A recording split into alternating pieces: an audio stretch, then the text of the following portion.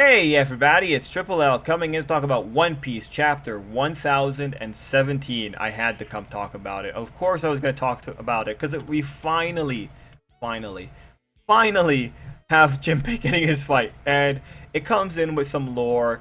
And so this chapter actually is one of the really good chapters because it's really fun to talk about. So let's just get into it. I'm going to go in steps. First, the stuff with Otama. If there was ever an example of just bad pacing with One Piece, it's this whole thing with Otama.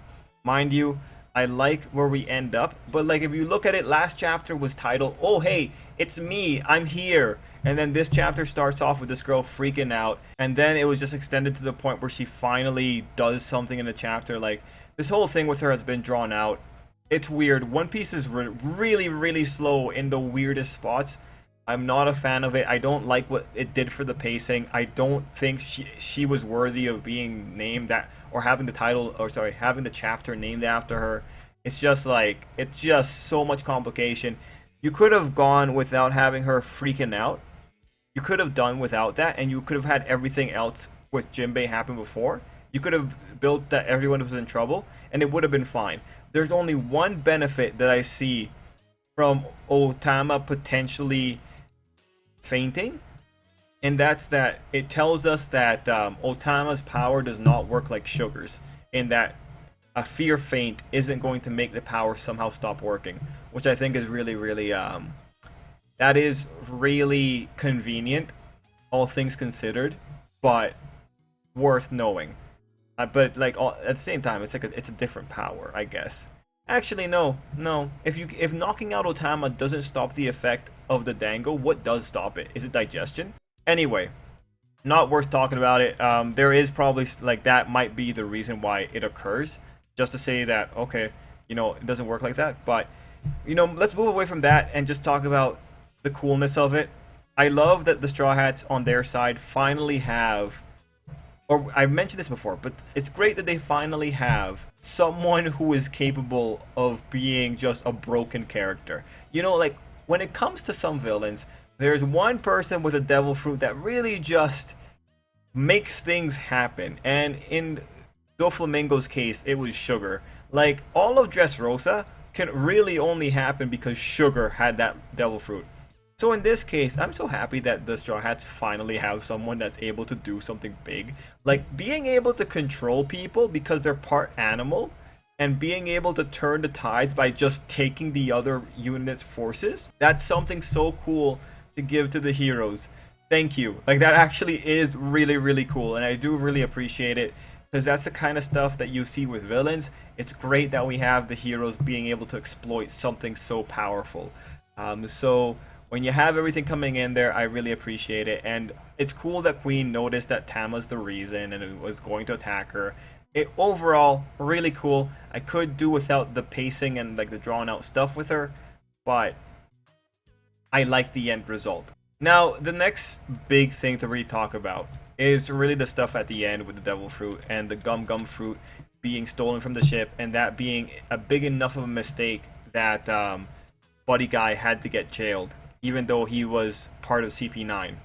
So, first off, I'm just going to say, I think that we know that the government has their hands on a lot of devil fruit, right? Back in CP9, we saw that Kaku and the girl were given devil fruits for the first time. We know that the government collects devil fruits.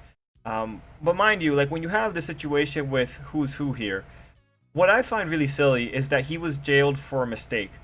That kind of silliness really to me only sounds like it's the celestial dragons that would be responsible for saying like jail him.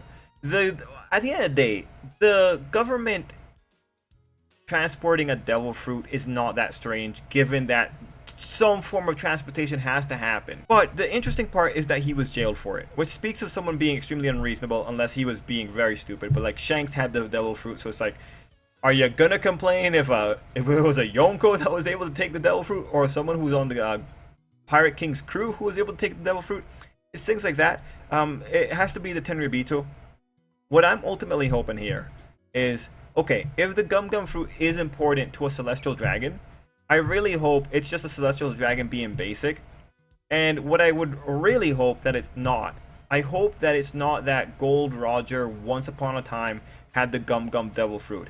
I feel like that's very unlikely, but I really don't want to go there because we saw that he has the Straw Hat. There's just so many things. I want Luffy to be his own person. Actually, no, because what I'm about to say takes away from that. I want him to not be Gold Roger, or like the second coming of Gold Roger. I feel like these people are good to be distinct people. Sure, you inherited the Straw Hat, that's fine. The Gum Gum fruit is a funny fruit. What I'm thinking now is I would be quite happy if someone just wanted a Gum Gum fruit because they were bored and it was a Celestial Dragon. That'd be alright. If the Gum Gum fruit has a bigger significance to the world of One Piece, I think that could be okay. Maybe, like, if it has a special mechanism or something, sure. I'd be interested to know what exactly the Gum Gum fruit is involved in that is such a big deal. Like, the Gum Gum fruit is a weird fruit in general when it comes to the Paramecias, because, like, it's one of the... That fruit is kind of like a Logia in the sense that it doesn't produce rubber, but it turns the user's body into rubber, and it's always on. This isn't the same as, say, Jozu or Mr. Three's Devil Fruits, in that they quite literally turn it on. Like with Jozu, he turns on the diamond. He's not diamond at all times, and Luffy is his heart, his veins are rubber as well. Like, it's a special fruit. So it having some extra significance, I could see that. I'm quite alright with that. My most extreme thing that I would actually be very okay with would be if Joy Boy once upon a time had the Gum Gum fruit. I think that would be fine. I have no problems calling Luffy Joy Boy because there's already all kinds of things going on in there with Joy Boy. No problem for that.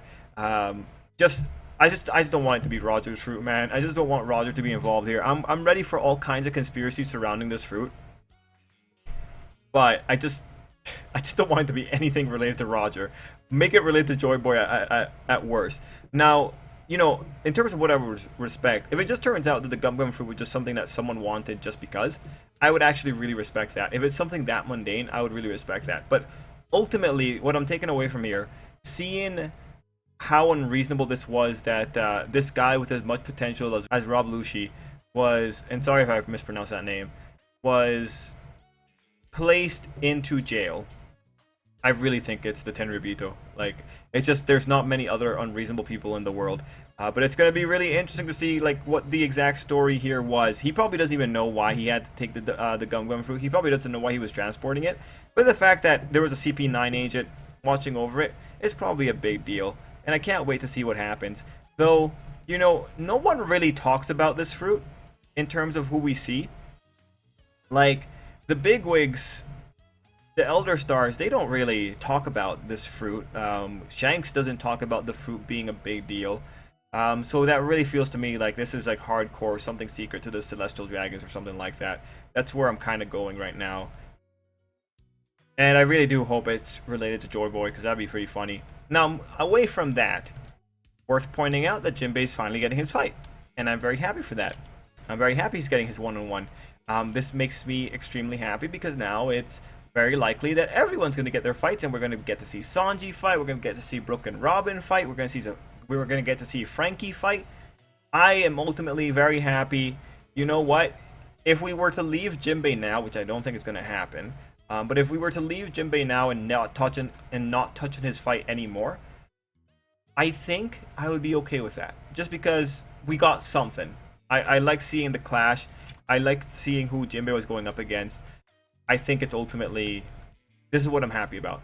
If we get this kind of attention on everyone else, that would be quite wondrous. Alright, cool. Let's do a quick page-by-page walkthrough, just to talk about the good spots. So, page 2, not a really big deal. It's just pretty much Otama getting freaked out. Page 3 is just showing us the situation that some people are facing. And with Jimbei, I just had to say, like, this girl that shot him is just like that. Look, she looked like she was so basic the way she was standing. But, like, when you're ganging up on someone, you really should be looking basic, because it's like you are kind of winning. Anyway, that page was just cool because Jimbei's talking about, yeah, I knew we are not going to get a one-on-one because we're already at a big disadvantage here. So it's cool to know that even though they are quite literally ganging up on Jimbei, they can do nothing to deal with him. They can't take him down, actually. The other thing on that page that we saw Frankie, and Frankie was kind of bleeding, even though he should still be in Frankie General. So that's kind of unfortunate that he's still getting hit there. On page 4, we saw Jack's situation with Inugarashi. So when I see that, that tells me that Oda's probably going to cover a little bit of that fight. I'm interested. I'm interested. I think it would be cool to see something good with the whole Jack situation. Anyway, after that, we have everything being turned with Otama giving out the orders. We see that Luffy is all right, and he's being resuscitated. People are pushing the water out of him. We also know that Momo's all right. So overall, everything's good here. After that sequence, we go into just the chaos of gifters striking back, and everything's turning in the other direction. The cool thing here was, of course, seeing CP0 not knowing what was going on, with a little question mark, and then also seeing Queen recognize Tama as the issue. From that sequence, we go into the Sanji and Queen stuff. Now, of course, it's cool to know that they were part of the same research team, MADS. I think we know about the name of that team before, but forgive me if I'm wrong there. We have Queen finally telling us, yes, he is a cyborg. I'm glad that Sanji said it out loud, that wasn't really a secret. But what I'm really interested in here is I just want to know how he did this. I guess it's like he turned himself, or like he turned into the form and then he operated on himself. But I just want to know how all these pieces work together, right? I just want to know where the machinery goes when the form isn't there. Like, it feels like this guy's discovered a lot about weirdness when it comes to devil fruits, and I just want more information. I feel so helpless in front of Queen, only because I'm so curious as to how this whole thing works. Does he have, like, friends? Where does the tail attachments go? When he turns back into a human, where does it go? Is it in his body? Is that why he's so fat? It just confuses me. But good to know that we have a cyborg dinosaur. That's really new. After that, we go into the very quick thing telling us that Zoro will be coming back into the fight, and we see the side effects. Baby Geezer Chopper. Okay, that was actually pretty funny. So I appreciate that.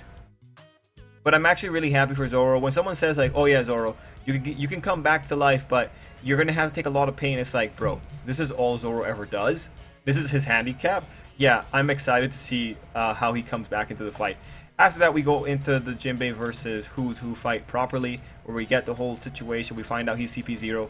I'm sorry, he's CP9 or former CP9. We see all kinds of cool little things here. One of the cool panels I see here is Tempest Kick versus Jimbei's armament hockey. Just cool stuff, man. I'm happy to see it. Now, I don't really got that much to say about the fight in general. Just it's a pretty good power exposition. What the meat of it was the whole situation with the Gum Gum Fruit, but we already talked about that. Overall, though, this kind of attention that we're getting here at Jimbei, this is the kind of stuff I want to get with everyone else who's currently having a fight. If we get to have that, I think that'll be wondrous. I think that'll be great, and I think I'll be ultimately very happy with the showing for the Straw Hats. Like for me, my wants, I think, are relatively low. I don't need the most drawn out fights. I just want to see the Straw Hats be able to have these kind of prolonged clashes and do cool stuff. Now, as we go into the future, Who's Who is coming in with the rhetoric here. So I think next chapter we'll get a little bit more, but not all of it. And then we'll maybe transition to someone else having a fight somewhere. Overall, this is cool. I hope what we have now is just the slew of fights one after the other, with Luffy finally returning, and maybe Yamato will be like second to last.